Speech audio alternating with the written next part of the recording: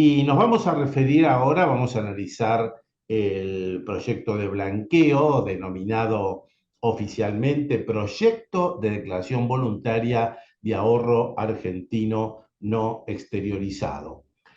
Y justamente vamos a comenzar con el objeto que tiene esta regularización y su vinculación con los sujetos. Los sujetos serían todos, o sea, son las personas humanas, las sucesiones indivisas, los sujetos comprendidos en los beneficios de empresas, en el artículo 53 de la ley del impuesto a las ganancias, y todo esto en la medida que se trate de residentes en el país, y esto de conformidad con el artículo 116 de la ley del impuesto a las ganancias. Se trata, en definitiva, de una declaración voluntaria, y esta declaración voluntaria se refiere a la tenencia de bienes en el país y en el exterior no declarados a la fecha de vigencia de la ley, que obviamente todavía se desconoce.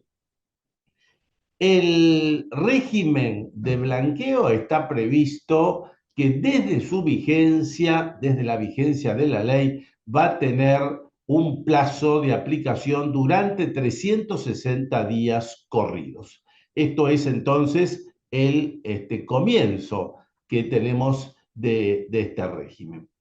Y si nosotros analizamos los distintos bienes alcanzados, vamos a ver que tenemos la situación de bienes que están en el país o en el exterior.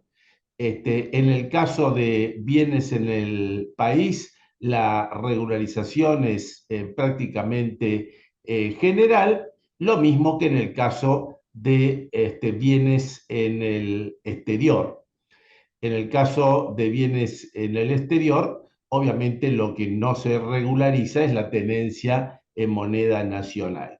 Y una norma interesante para destacar, esto de alguna manera tenía cierta similitud al último blanqueo que hemos tenido, exclusivamente esto para personas humanas y sucesiones indivisas, que está previsto que es válida la declaración aún en aquellos casos en que los bienes se encuentren anotados, registrados o depositados a nombre del cónyuge o conviviente, ascendientes o descendientes en primero o segundo grado de consanguinidad o afinidad. Y decimos que es similar, no exactamente igual al régimen de blanqueo anterior, porque ahora no está previsto esta situación respecto de sociedades. Esto sería exclusivamente para personas humanas y las sucesiones indivisas.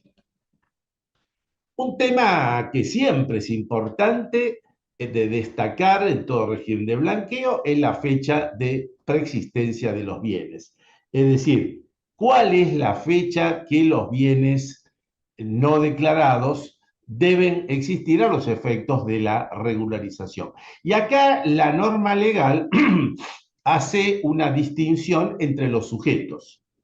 Si estamos hablando de personas humanas y sucesiones indivisas, los bienes preexistentes son a la fecha de entrada en vigencia de la ley. Y acá observamos una clara distinción respecto de lo que son los blanqueos tradicionales, porque en esta materia, tanto las personas humanas y sucesiones indivisas siempre está referido al 31 de diciembre del año anterior a la fecha de vigencia. Esto no está así en este proyecto, que habla de que el bien debe ser persistente a la fecha de entrada en la vigencia de la norma. En cambio, para los sujetos de la tercera categoría, la categoría de estos bienes preexistentes debe estar vinculado a la fecha de cierre del último ejercicio, que se cierra con anterioridad a la vigencia de la ley. El propio proyecto nos habla de las formas de efectuar la declaración, y para esto tiene cuatro aspectos distintos, cuatro escenarios distintos. Y empezamos por la tenencia de moneda nacional o extranjera en efectivo en el país. en el caso del país. En este caso, la forma de efectuar la declaración es con el depósito en la cuenta ahorro argentino, que es una cuenta especial de depósito en entidades financieras. En el caso de las tenencias de moneda extranjera en el exterior, se hará a través de una declaración de su depósito en entidades financieras del país o del exterior. El proyecto habla de que debe tratarse de erradicación en países de acuerdo con las normas GAFI y no en países con alto riesgo o no cooperante, también esto en la clasificación para el GAFI. En el caso de activos financieros, la forma de declarar va a ser a través de la declaración de su depósito en las entidades bancarias o financieras, en los agentes de custodia, en las cajas de valores u otros entes depositados de valores.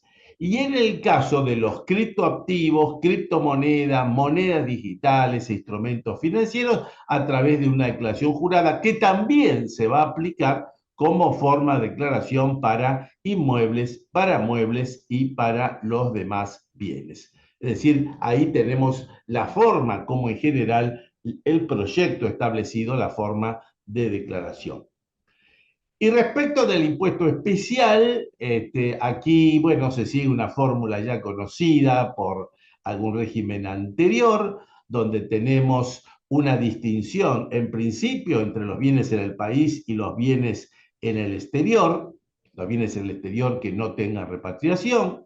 Para esto tenemos también alícuotas que van creciendo de acuerdo al momento en que se realiza la regularización y entonces tenemos 3 estadios previstos por el proyecto. Desde la vigencia hasta los 120 días corridos, la alícuota es del 5% para los bienes en el país y 7,5% para los bienes en el exterior.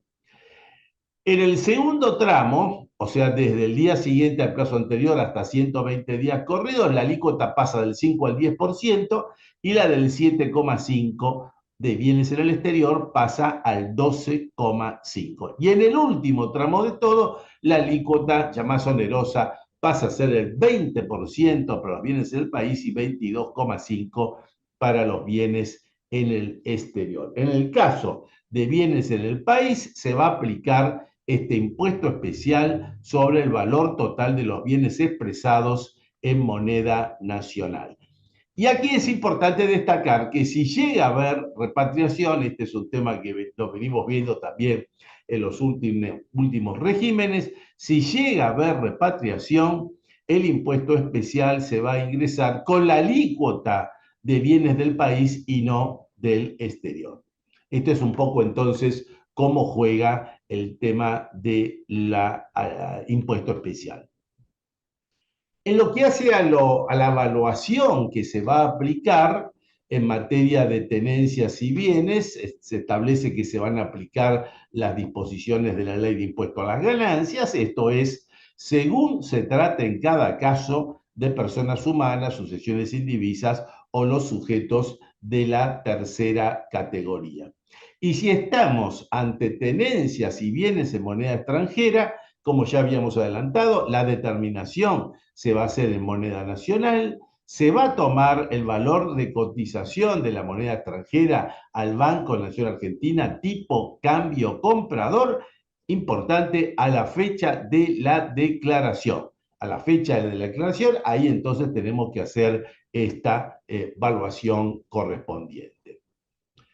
Bueno, ¿qué pasa respecto de la repatriación de activos financieros en el exterior? Acá se requiere el ingreso al país de la tenencia de la moneda extranjera en el exterior o de los importes generados como consecuencia de la realización de los activos financieros en el exterior, y todo esto temporalmente hasta el plazo que establezca la reglamentación. Y este monto de repatriación, que ya lo dijimos, tiene como objetivo que la alícuota no sea la alícuota incrementada de los bienes en el exterior, sino del país, deben ser representativos en conjunto de por lo menos el 10% del valor total de los bienes en el exterior que se declaran. Bueno, importante acá considerar ese 10% es sobre el valor total de los bienes que se declaran, que deben estar depositados en una cuenta especial o de afectación a determinados destinos, esto según lo que pueda establecer la reglamentación, para lo cual el plazo, este plazo de depósito va a ser entre 1 y 5 años, también de acuerdo a lo que en definitiva establezca la reglamentación. ¿Cuáles son los beneficios que van a tener los contribuyentes por los bienes que se declaran por este régimen? Bueno, esto ya resulta tradicional en estos regímenes de regularización. No se aplica la presunción de incrementos patrimoniales no justificados, que prevé la Ley de Procedimiento Fiscal en el artículo 18, inciso F, y se lo libera a su vez de toda acción civil, comercial, penal tributaria, penal cambiaria, penal aduanera y de sanciones administrativas. Estos son los beneficios que están previstos para los contribuyentes. Ahora, también se prevé la posibilidad de perder esos beneficios, o sea, la privación de esos beneficios. ¿Cuándo se daría esta posibilidad? Si la AFIP detectara cualquier bien o tenencia a quienes efectúen la declaración que no hubieran declarado por la exteriorización ni lo hubiesen hecho con anterioridad. Acá es importante destacar, en distinción con regímenes anteriores, que no se establece un mínimo para esta detección por parte del fisco, sino cualquier bien que sea declarado es suficiente para perder estos beneficios, para lo cual se establece que la AFIP podrá ejercer todas las facultades legales que establecen las normas vigentes. Obviamente, siguiendo con los beneficios, otros beneficios están vinculados a la exhibición de impuestos omitidos de declarar oportunamente por el contribuyente. Como consecuencia de esto, entonces quedarían todos estos impuestos no declarados eximidos. Y acá también aparece una fórmula que nos resulta ya tradicional.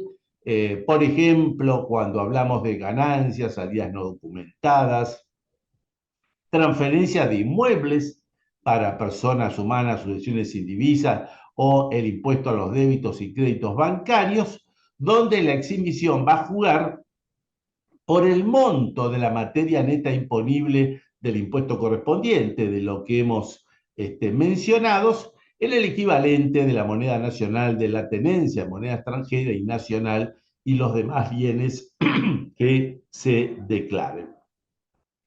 En el caso del impuesto a valor agregado y de impuestos internos, la formulita que ya conocemos, porque el monto de operaciones liberadas se va a obtener de considerar el valor de las tenencias declaradas y expresadas en moneda nacional por el monto de las operaciones declaradas sobre el monto de la utilidad bruta, declarada o en su caso registradas de no haberse presentado declaraciones juradas. Un aspecto que corresponde destacar aquí es que de acuerdo a esta forma en cómo ha quedado el diseño legislativo y siguiendo normas anteriores y jurisprudencia ya consolidada hoy de la Corte, diríamos que con esta fórmula estaría posibilitado el contribuyente que regulariza también eximir el impuesto al valor agregado generado por facturas apócrifas conforme ya lo he establecido la jurisprudencia, con lo cual agrega un elemento adicional para ser considerado por los contribuyentes. En el caso de bienes personales y capital de cooperativa, bueno, también acá el beneficio va a ser sobre el impuesto originado, el incremento de los bienes. Y en el caso de ganancias por ganancias no declaradas, aquí el beneficio estará dado por su equivalente en moneda nacional obtenida en el exterior correspondiente a las tenencias que se declaren voluntariamente. Otros beneficios que tiene este régimen, que también responde a normas anteriores que nosotros ya hemos analizado, es el caso, por ejemplo, de las sociedades de ganancias por otros entes distintos de las sociedades de capital, o sea, las que están en el artículo 53b. Acá la declaración efectuada por la sociedad va a liberar del impuesto a las ganancias correspondiente a los socios en proporción a la materia imponible que le sea atribuida. Lo mismo en el caso de los fideicomisos. Y en el caso de las personas humanas o sucesiones sin divisa, de proceder a la regularización, se va a liberar también las obligaciones fiscales de las empresas unipersonales que no sean o no hubieran sido titulares. Un régimen simplificado tiene este proyecto, el que está previsto en el artículo 9. Este régimen simplificado de regularización está previsto para las tenencias en efectivo, ya sea en moneda nacional, la moneda extranjera, pero para personas humanas jugaría exclusivamente este régimen. Donde este régimen simplificado va a jugar cuando el importe sea igual o menor al 35% anual de los ingresos anuales promedio de los últimos 3 años declarados ante la FIP. Es decir, el monto que puede regularizar el contribuyente por el régimen simplificado tiene que ser igual o menor a ese 35% o $50.000 el que sea menor. En este caso, la alícuota única es del 1,5%. Y el límite son los $50.000 para los que no tengan ingresos declarados en los últimos 3 años. En estos casos, el contribuyente deberá presentar una declaración jurada informativa y el aporte solidario queda excluido por expresa mención. Bueno, en lo que hace al tema de lavado de bienes, también acá tenemos consideraciones generales que se encuadran normalmente en estas últimas regularizaciones, por ejemplo, la no liberación de los sujetos obligados con la ley de lavado de bienes, la exclusión del ámbito de regularización por la suma de dinero que provengan de conductas susceptibles de ser encuadradas en esa ley, para lo cual se exige la presentación de una declaración jurada. Esto es un poco lo que hemos observado en las últimas regularizaciones. Como también, en forma similar, yo diría los sujetos excluidos de la regularización. Por ejemplo, el tradicional caso de los sujetos declarados en quiebra sin continuidad en la explotación o aquellos condenados por el régimen penal tributario, por el régimen aduanero, por delitos dolosos en conexión con obligaciones tributarias, etcétera, etcétera, etcétera. En todos estos casos, en el caso de la condena que nosotros estamos acá mencionando, se requiere que exista una sentencia firme, la condena con sentencia firme, y que además esa sentencia sea firme con anterioridad a la vigencia de la ley y la sentencia obviamente no esté cumplida. Bueno, aparece también sujetos excluidos por el desempeño de funciones públicas. La fecha que se toma acá en cuenta es 1 de enero del 2010 hasta la vigencia de la ley. Hay una larga enunciación, esto también ya lo hemos visto en regímenes anteriores, debiendo señalar, debiendo destacar que también se excluyen, además de esto que están mencionados, los cónyuges, los convivientes, los progenitores y los hijos de los sujetos excluidos según esta nómina. ¿Qué requisitos se exigen para el acogimiento? Como siempre, el tema de la renuncia previa a la promoción de cualquier pronunciamiento judicial o administrativo para reclamar la aplicación de los procedimientos de actualización de cualquier naturaleza, y se contempla además la situación de aquellos que ya hubieran promovido tales procesos a la vigencia de la ley. En estos casos, como ya lo iniciaron, si quieren acogerse a los beneficios de la regularización, deberán desistir de las acciones y derechos ahí invocados. En ese caso, la imposición de las costas y gastos causídicos se impondrán en el orden causado, es decir, cada uno pagará su parte, y el fisco debe renunciar al cobro de las multas por mandato legal. En estos casos, obviamente la AFIP se va a abstener de formular denuncias, lo mismo pasará con el Banco Central, pero la obligación de la AFIP sigue intacta respecto de las obligaciones como sujeto obligado, que obviamente en este sentido no hay modificaciones. Las normas de secreto fiscal que son características en este tipo de regímenes, como también se mantiene obviamente la capacidad de intercambio de información sin ninguna limitación aún con este régimen. La clásica invitación a otras jurisdicciones para que se adhieran respecto de los impuestos.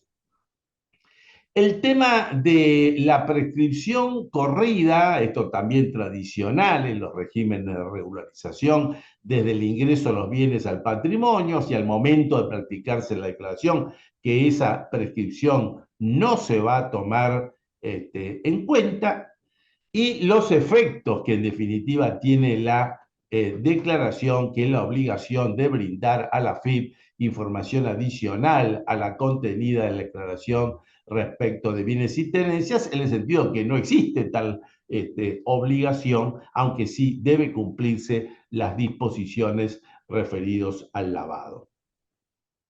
Bueno, y quizás sí acá una novedad tenemos, novedad que de alguna forma ya es conocida por proyectos anteriores de este mismo régimen, los acuerdos de colaboración que tienen una modificación respecto del proyecto anterior, porque los acuerdos de colaboración van a tener una vigencia por el periodo de vigencia de la ley y no una modificación como estaba previsto antes en la ley penal tributaria, de forma que fuera vigente en forma permanente. Esto es un mecanismo que está previsto para que la AFIP disponga de información de cualquier residente o no del país, y esa información es para detectar, localizar bienes que no han sido declarados en el país o en el exterior.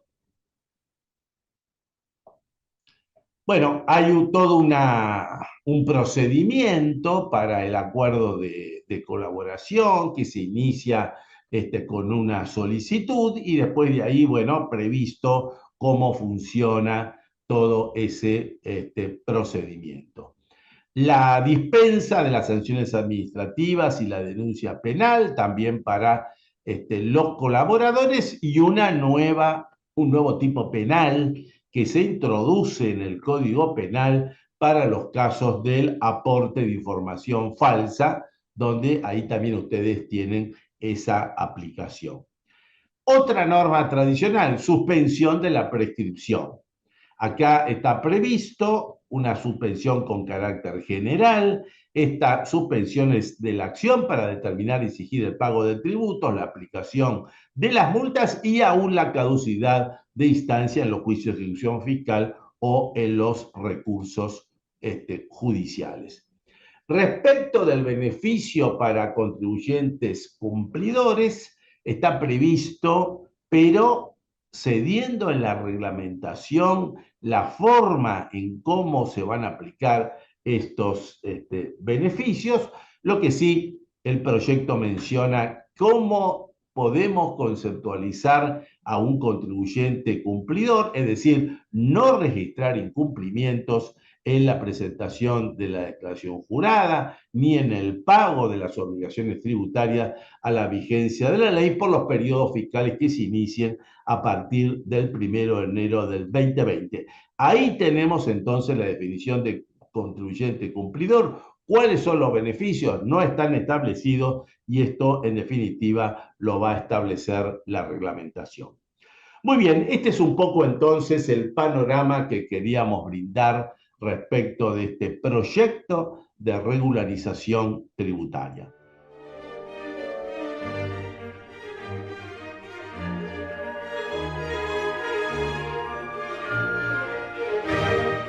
Respecto del tema del proyecto de regularización fiscal, quería hacer los siguientes comentarios. Uno en función de una consulta que nos hace Cecilia Estela Testa y que nos pide la opinión respecto de si el proyecto será aprobado en este año. Bueno, esto es hacer un poco de futurismo, ¿no? Pero, diríamos, mi posición es que lo veo muy difícil, este tema de la aprobación, porque desde el punto de vista político estamos observando grandes problemas, grandes limitaciones respecto de la conformación de la Cámara de Diputados para tratar los distintos proyectos y aún yo diría, para componer un poco el orden del día de los temas a tratar. Así que desde este punto de vista no me parece que sea un tema prioritario para las distintas bancadas políticas. En otro sentido, nos preguntan por la fecha de preexistencia. Bueno, respecto de la fecha de preexistencia, a los efectos de la regularización, quería insistir con este aspecto. En el caso de personas humanas y en el caso de sucesiones indivisas, contrariamente a lo que pasaba en proyectos o en normas anteriores, acá estamos tomando como fecha de preexistencia una fecha anterior a la vigencia del régimen. Quiere decir que si esto se llegara a aprobar, supongamos, en el mes de noviembre, los contribuyentes que tuvieran montos no declarados, que tuvieran cuentas bancarias, que tuvieran existencias de dinero, inmuebles, etcétera, hasta esa fecha podrían regularizar, saliendo un poco de lo que es tradicional en esta materia, que es tomar el último año calendario. Generalmente tomábamos diciembre del año anterior. Esto, como habíamos sostenido, implica una modificación importante respecto de lo que es tradicionalmente este tipo de regímenes. Y por último, quería insistir una vez más en un aspecto práctico importante que se refiere al IVA de facturas apócrifas. Los contribuyentes que estén ante estas situaciones podrán utilizar la regularización para blanquear estas situaciones. Por supuesto que para esto, a los efectos de determinar cuánto sería el monto que deben regularizar, deben aplicar esa fórmula que hemos hablado. Entonces, con esa fórmula llegamos a determinar matemáticamente cuánto sería el monto a regularizar, que estaría entonces tomando como beneficio que justamente se exime al contribuyente el IVA por las facturas apócrifas que puedan estar impugnadas. Acá insisto con algo que hemos mencionado. Nosotros para este criterio estamos tomando lo que pasó en regímenes anteriores y estamos tomando la doctrina de la Corte. Entonces la Corte ha señalado que si en estos regímenes de regularización el IVA del crédito fiscal no queda expresamente excluido dentro de los beneficios, puede beneficiarse con el régimen. Y en este caso, claramente no está excluido, por lo tanto, tendríamos este beneficio. Muy bien, hasta acá llegamos con la reunión de hoy.